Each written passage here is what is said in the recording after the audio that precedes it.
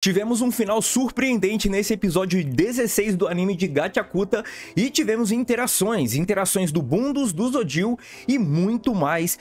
O episódio foi muito bom, então curta o vídeo, rapaziada, e bora, porque o episódio abre com a Kotone. A Kotone, a menina do bueiro, vendo ali o que está acontecendo. Enquanto ela está vendo as coisas, ela está anotando tudo que ela está vendo. Isso é bem importante porque é um pouquinho mais das extensões dos poderes dela, o que mais ela consegue fazer ali dentro. Eu separei alguns tópicos, tá? Que são os principais tópicos do episódio, que vale aqui abordar com vocês, e vamos conversar aqui sobre o primeiro tópico do vídeo, que é do Bundus, do time ali, do Brot Santa e do Deer Santa. Nós temos o Deer extremamente incomodado com toda a situação, afinal de contas ele foi comer e do nada ele foi puxado para uma dimensão paralela, né?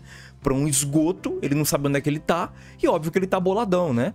E certamente ele foi ali por conta do Urudo, porque ele tem essa intenção de interagir com o Urudo para entender quem que é o Urudo, para conhecer um pouquinho mais.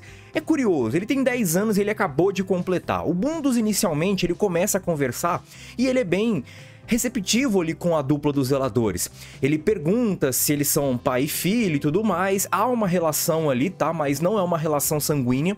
O Brot, ele trata o Deer como filho, mas ele não é de fato o pai dele. Mas certamente os dois se dão muito bem, principalmente por conta dos poderes dele. E em breve vocês verão esses poderes em ação, que são poderes bem legais. Só isso que eu vou falar aqui pra vocês.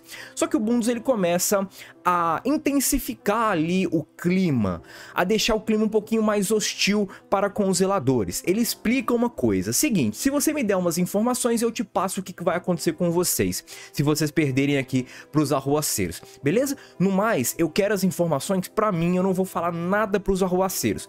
O Bundus, ele se mostra um personagem muito curioso, e certamente essas perguntas que ele começa a falar ali com o Deer Santa e o Brot Santa são perguntas de quem manja o que tá fazendo. Por quê? São perguntas bem simples, como por exemplo, o que o Corvus come, o que ele faz, já viu os poderes dele? São essas perguntas. Só que o Brot, ele não meio que consegue desviar dessas perguntas. Ele sente que as perguntas estão sendo feitas com um poder, e esse poder obriga ele a falar. Só que tem algumas questões, como por exemplo, o que o Corvus gosta de comer, e o Brot, perdão, ele responde doce. Isso faz com que o Bundus pense que o Corvus é humano, ou apareça mais humano do que o comum, e certamente o Corvus, ele está escondendo alguma coisa. E óbvio, a gente começa a levantar algumas suspeitas do líder dos zeladores, principalmente por conta de uma cena onde ele está ali na mesa dele, e ele é reportado pela Semil, só que no começo dessa cena a tatuagem dele está mexendo. A tatuagem dele tem um olho, e esse olho ele está meio que revirado para cima, e quando a Semil entra, ele volta com o olho pro lugar. Muito interessante. E o Corvus também está sem a gargantilha dele, o comunicador dele.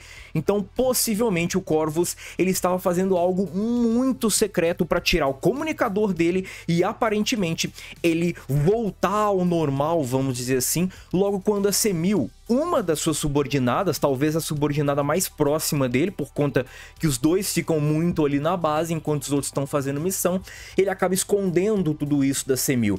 Muito interessante, e as perguntas do Bundus começam a fazer sentido. Afinal, por que o Corvus está escondendo algo dos zeladores, se ele confia tanto nos zeladores? E outra, o que é isso que ele está escondendo? O que é o Corvus? Porque o Bundus questiona, pô, ele não é um humano. E qual que é a relação do doce ali, né? Vale pontuar, o doce é uma iguaria no abismo, tanto que o Urudo, há uns capítulos para trás, até com interação com o Deer Santa, que o Deer pega o pirulito do Urudo, o Urudo ele fala que lá no paraíso não tem doce, ou o doce é muito caro, perdão, né? E certamente da região que ele veio ele não teria esse acesso. No abismo, o doce é uma iguaria, porque o solo é infértil no paraíso, é muito difícil no abismo, eu tô sempre confundindo. O solo é infértil no abismo, não dá para ter grandes plantações ali no abismo. E certamente outras coisas acabam ganhando destaque, como por exemplo os doces, que acabam virando uma fonte de alimento. E certamente um humano consome muito doce, então se você quer esconder que você é um humano, você vai comer doce, entende? Então essas perguntas são muito boas e são feitas por alguém que sabe o que está fazendo. tá? O Bundus, ele não é bobo, ele não aparece ser bobo, ele no começo ali parece meio amistoso, mas ele não é bobo, rapaziada.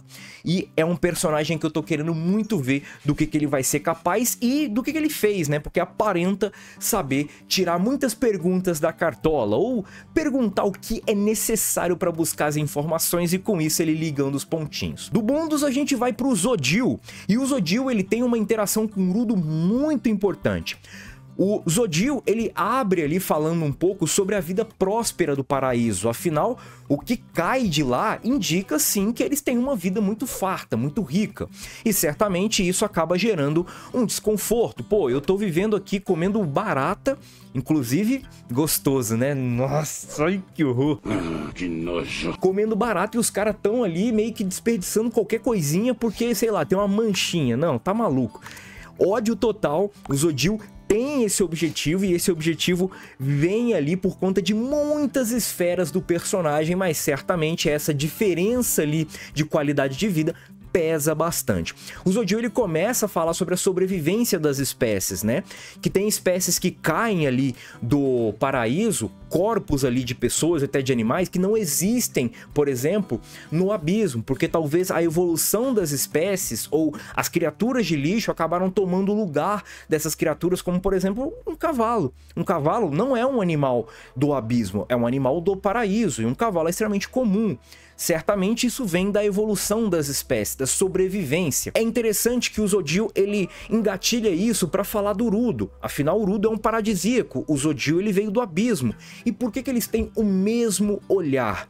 Por que eles carregam talvez o mesmo peso, o mesmo fardo, se eles vieram de origens completamente diferentes? O Rudo ele começa a questionar, pô, não vem me tratar igual você não, porque eu sou diferente, você poderia ter me chamado para conversar como uma pessoa normal, porque afinal de contas, se o Zodil quer tanto conversar com o Rudo, podia sentar e conversar, né? Não podia fazer isso tudo. Certamente há coisas ali por trás dessa conversa, o Jabber sente o mesmo cheiro do Rudo no Zodil e vice-versa, e isso acabou despertando a curiosidade do líder dos arruaceiros. E agora, esse lance de ser normal é questionado pelo Zodil. O que é ser normal, Rudo? Porque você falou que eu poderia te chamar como uma pessoa normal, mas o que é isso? O que é ser normal? No abismo, existem pessoas que veneram o lixo que cai do paraíso como uma bênção divina, mesmo aquele lixo esmagando a cabeça, quebrando os ossos dessas pessoas. Eles continuam achando que aquilo é uma bênção do paraíso, e certamente aquilo não é uma bênção do paraíso. Por conta ali de um senso comum criado por um lunático, aquilo acabou virando normal. Aquilo, para aquele povo que mora naquela região e vive daquele jeito, você venerar o lixo que cai do céu, mesmo aquele lixo te matando, é normal. Isso é normal? Para eles é. Agora, é bom ou ruim? Aí é o questionamento. Certamente, para pessoas talvez que vêm de fora, é ruim e é bem bizarro. Mas para aquelas pessoas que estão ali dentro daquele contexto, é normal e bom. Afinal, você vai estar recebendo bênçãos divinas, mesmo que essas bênçãos acabam tirando a sua vida ou tirando a vida de pessoas que você tanto ama, destruindo seus bens e por aí vai. E o Zodil, ele fala sobre o choque, né? Porque você tem que destruir esse senso comum criado por um lunático, porque esse senso comum criado por um lunático vira um veneno, e esse veneno acaba te corrompendo. E pessoas que vêm de fora talvez entendam ali a capacidade de dar esse choque de realidade nas pessoas. E ele já pega esse choque aqui e ele sente ali, talvez com os poderes da Cotone, enfim, não sei. Ele fala sobre essas questões aqui do choque e entende que tem um dos arruaceiros que está enfrentando um zelador que vai precisar ter esse choque. Afinal de contas, se não tiver esse choque, o zelador vai pra vala. E certamente ele tá falando do Jabber. Por quê? Porque o Jabber é o camarada, vamos dizer ali, linha de frente dos arruaceiros. E o Jabber, por tudo que aconteceu, por tudo que ele falou nesse episódio, a gente entende que ele é muito casca grossa. Basicamente, o Jabber ele se controla porque é o seguinte, ele gosta de lutar. Ele gosta de ser quebrado inteiro na porrada ou ele quebrar os outros na porrada. Só que ele gosta de lutar e certamente, quando ele gosta de fazer alguma coisa, ele não quer fazer aquela coisa rapidamente. Ele quer estender a duração de uma luta, por exemplo. Então, se ele for com tudo pra cima, a luta vai acabar rápido. E não deu outra. Quando o Jabber assumiu essas novas garras, de fato esse novo poder, o despertar do poder dele, o Jabber simplesmente acabou com o Zanca. O Zanca ele não teve medo de lutar, beleza? O Zanca ele não teve receio de partir pra cima do Jabber. Só que o Zanca ele não conseguia fazer absolutamente nada, salvo algumas exceções ali, porque vem aquele questionamento dos gênios e dos medíocres. O Zanca aparentemente ele não gosta de pessoas geniais. O que são essas pessoas geniais?